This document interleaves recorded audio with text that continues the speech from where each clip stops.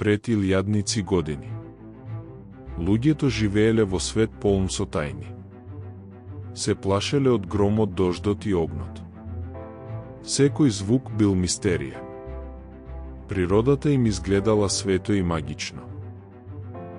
На џидовите од пештерите луѓето ги раскажувале своите приказни.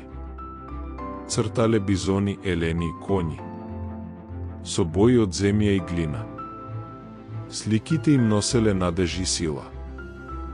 Со своји раце правеле мали фигури од глина и камен.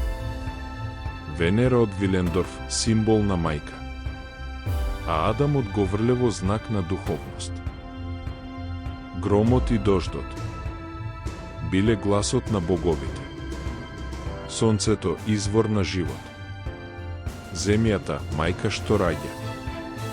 Со обреди барале заштита и плодност. Племињата верувале во духовни сили. Тотемот бил нивен знак и заштита. Околу огнот пееле, играле и се молеле за сила. Починатите ги погребувале со предмети и храна. Верувале дека животот продолжува.